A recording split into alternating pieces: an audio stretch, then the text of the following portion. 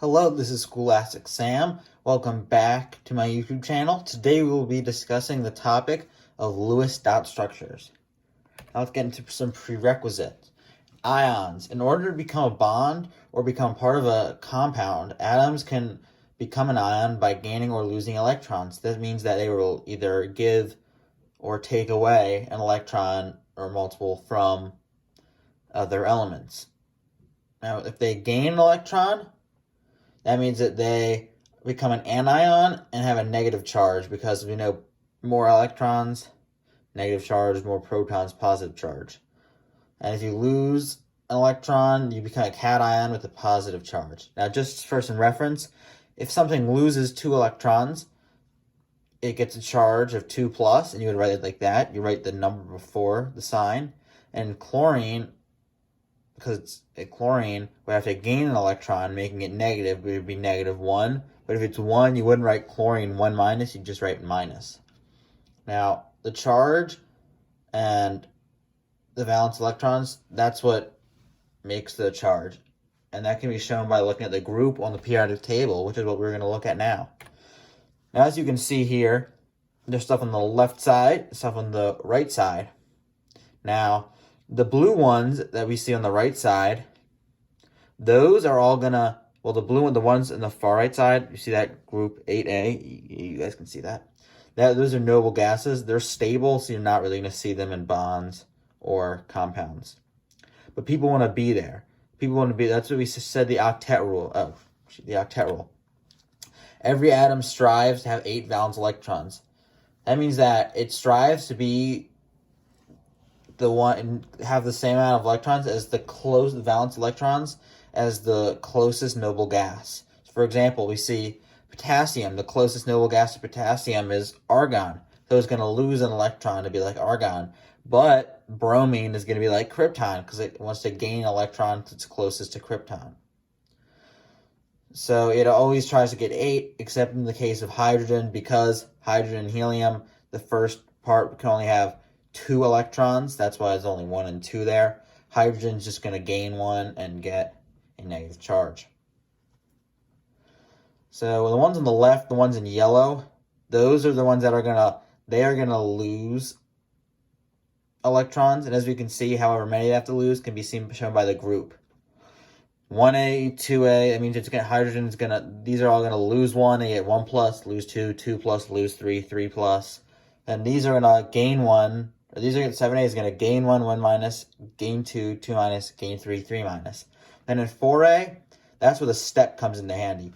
This step, if you're on the left side, you're going to be a metal. If you're going to be on the right side, you're not a metal. And if you're touching it, you're a militoid.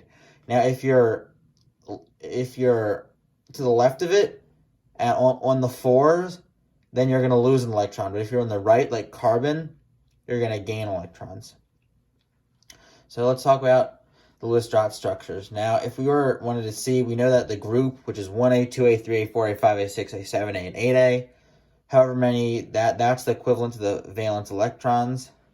So we know that a Lewis dot structure for, let's say, nitrogen, which we see is in group 5A, it's going to have 5 valence electrons around it. And it's going to have a charge, because it has to gain 3 electrons, it's going to have a charge of 3 minus. Now, if we look at Lewis dot structures, you find the valence electrons based on the group and the charge. Then you place the valence electrons around an element. Now, let's do some practice problems. Now, we see here, for the first one, we're going to really go through it. Fluorine is a non-metal in group 7A. We can see that here. You can see that's in group fluorine in group 7A right there. It's important.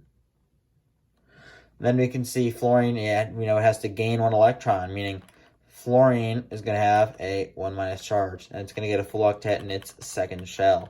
We're not going to worry too much about how many shells they have. We just care about the last one. So to do this, we go.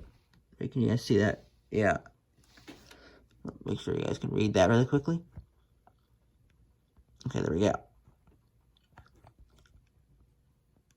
Now, that's how I'll draw this. So we have the draw here. Blue. Now we have fluorine, which would be F minus, but it's in group 7A, so I know it's gonna be fluorine.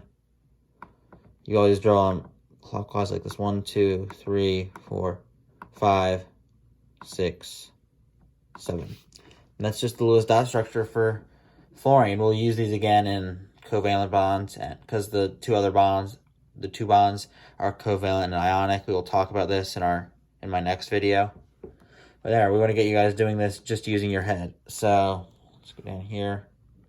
We see aluminum. Aluminum. We go over here. We see aluminum.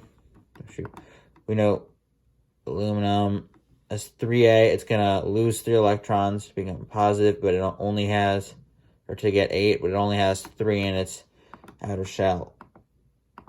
So we draw aluminum, 1, 2, 3. Now, if sometimes your teacher may want you to draw like something in red, like if it's going to lose it or gain it, like they might want you to draw the 3 with like something over them to signify that in a bond it will lose it. Or in fluorine, I know my teacher, once or twice she asked us to put like a red dot here to signify like it will gain it. And then so your teacher might want you to put like, let's say you put like a dash through it to signify that it would lose these electrons. So yeah, I hope you guys enjoyed the video. That's it. I'm Scholastic Sam. If you guys have any questions, comments, or concerns, please leave them down in the comments section below. Please hit that like button and subscribe. It helps grow the channel and helps this knowledge reach more people. Please ring that bell, turn on post notifications, so you guys can get updated whenever I post new videos, because you will be needing these new videos throughout your high school career. And I'm trying to do a bunch over winter break, because it's my winter break now. I'm doing some chemistry, but a lot of algebra 2, because at the end of January, I start college algebra and trig, so I want to finish algebra 2 by then. It's unlikely, but I want to get at least much more done. And on January 4th to January 28th, I'm taking a college course, so I'll have less time to do this, but I'll still try to get it in for you guys. So yeah, thank you to my chemistry teacher, Dr. B, for teaching me all this information. Like I said, please comment, like, subscribe, and turn on post notifications. And always remember, knowledge is power.